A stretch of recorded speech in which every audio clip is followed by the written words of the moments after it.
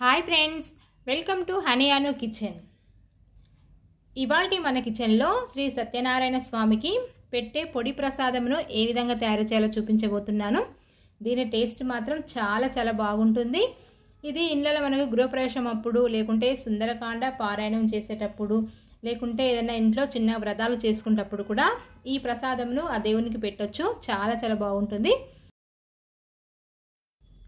ఒక కడాయిలో 1 కప్పు వరకు గోధుమ రవ్వ వేసుకొని లో ఫ్లేమ్నే వేంపుతూ ఉండాలి. ఎక్కడ అడుగంటకుండా వేంపుతూ ఉండాలి. ఏమాత్రం అడుగంటినా ప్రసాదము పాడే ఛాన్స్ ఉంటుంది. కాబట్టి నిదానంగా ఒక 15 నిమిషాలు వేంపుతూ ఉండాలి. అంటే గోధుమ రవ్వ అనేది మనకు పైకి తెల్లగా వచ్చే వరకు వేంపుతూ ఉండాలి.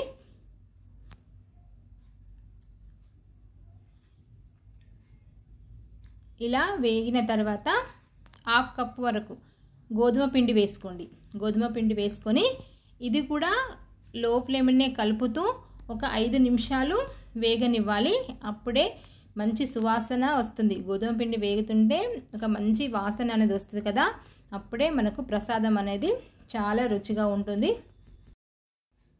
ఇలా వేగిన తర్వాత స్టవ్ ఆఫ్ చేసేసుకొని ఒక ప్లేట్లోకి తీసుకొని పూర్తిగా చల్లారనివ్వండి. తర్వాత ఒక మిక్సీ జార్ తీసుకొని 1 కప్పు షుగర్ వేసుకొని ఒక 5-6 విలాచీలు వేసుకొని మెత్తగా పేస్ట్ లాగా చేసుకోండి. మెత్తగా పౌడర్ లాగా చేసుకోండి. ఇలా పౌడర్ లాగా చేసుకొని మనం ఫ్రై చేసుకున్న గోధుమ రవ్వ మిశ్రమంలో వేసుకొని కలుపుతూ ఉండాలి. మొత్తం కలిసేటట్టు.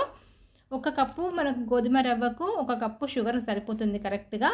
ఒకవేళ మీకు తీపి తక్కువ కావాలనుకున్నప్పుడు షుగర్ అనేది కొద్దిగా తగ్గించుకుంటే సరిపోతుంది.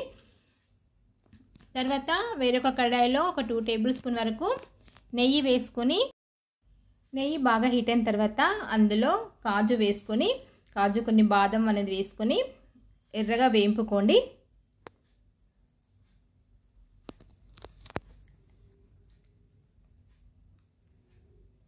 ఇలా వేగిన తర్వాత వీటిని తీసుకొని పక్కన పెట్టేసుకొని అదే నెయ్యిలో కొన్ని బాదం వేసుకొని ఇవి కూడా ఎర్రగా వేంపుకోండి.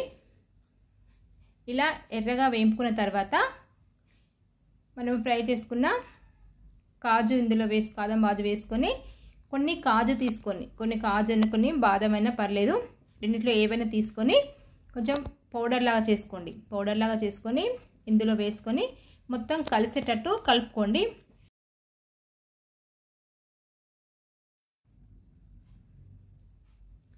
ఇలా కలుపుకున్న తర్వాత ఒక 1/2 కప్పు వరకు నెయ్యి తీసుకొని కొంచెం వేడి చేసుకొని చల్లారిన తర్వాత ఇందులో పోసుకొని మొత్తం ఒకసారి కలుపుకుంటే సరిపోతుంది. పొడిగా మనకు ప్రసాదం అనేది పొడిగా వస్తుంది. ఎక్కడ మనకు ముద్ద అనేది రాదు. మనకు కరెక్ట్గా 1 కప్పు గోధుమ రవ్వకు 1/2 కప్పు నెయ్యి అనేది కరెక్ట్గా సరిపోతుంది. చాలా జాగ్రత్తగా నిదానంగా ఓపికగా చేయండి. మంచి రుచిగా గల ప్రసాదం మనము తయారు చేసుకోవచ్చు. ఇలా తయారు చేసుకొని ఆ దేవునికి నైవేద్యంగా పెట్టి ఆ దేవుని అనుగ్రహాన్ని పొందండి. చాలా బాగుంటుంది. ఈ వీడియో మీకు నచ్చినట్లయితే లైక్ చేయండి, షేర్ చేయండి. మరిన్ని మంచి రెసిపీస్ కోసం మా ఛానల్ని సబ్స్క్రైబ్ చేసుకోండి. Thank you for watching.